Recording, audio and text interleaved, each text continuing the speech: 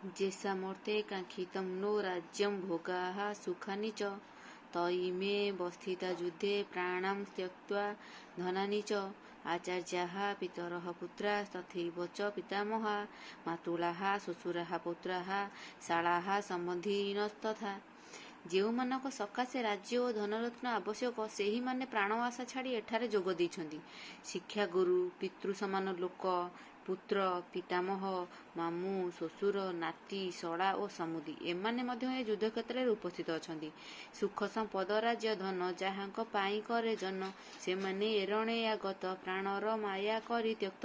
ଶିକ୍ଷା ଗୁରୁ ଯେ ପିତାମହ ପିତା ଭ୍ରାତାଦି ସମୁଦାୟ ପୁତ୍ର ନାତି ମାମୁଁ ଶ୍ୱଶୁର ଶାଳକ ଆତ୍ମୀୟ ସକଳ ସେମାନେ ଏ ସଂଗ୍ରାମ ସ୍ଥାନେ ଅଛନ୍ତି ପ୍ରାଣ ବିସର୍ଜନେ।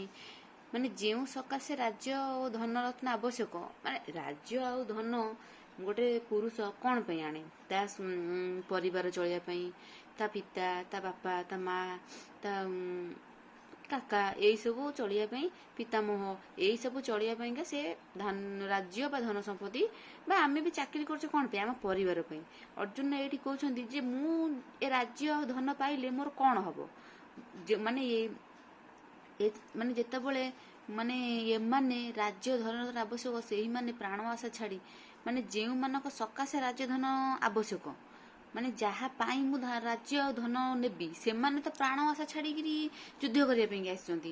ଶିକ୍ଷା ଗୁରୁ ଆଇଛନ୍ତି, ପିତୃ ସମାନ ଲୋକ ଆଇଛନ୍ତି। ଦୁର୍ଯ୍ୟୋଧନଙ୍କ ପୁତ୍ର ଯେତକ ସେ ସମସ୍ତେ ଅର୍ଜୁନଙ୍କର ବି ପୁତ୍ର ହେବେ। ସେ ତାଙ୍କ ପୁତ୍ରକୁ ଯୁଦ୍ଧ ହେବ ମାନେ ଦୁର୍ଯ୍ୟୋଧନଙ୍କ ପୁତ୍ରକୁ ତ ଅର୍ଜୁନ ବି ମାରିବେ ନା। ସେଇ କଥା ସେ ଶ୍ରୀକୃଷ୍ଣକୁ କହୁଛନ୍ତି।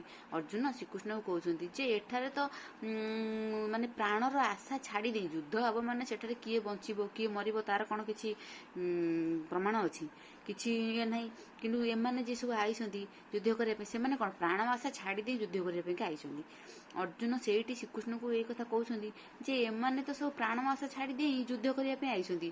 ମୁଁ ଏ ଯୋଉ ରାଜ୍ୟ ଆଉ ଧନ ସମ୍ପତ୍ତି ନେଇ କରିବି କ'ଣ? ଏଇ କଥା ସିଏ ଶ୍ରୀକୃଷ୍ଣକୁ ଅର୍ଜୁନ କହୁଛନ୍ତି।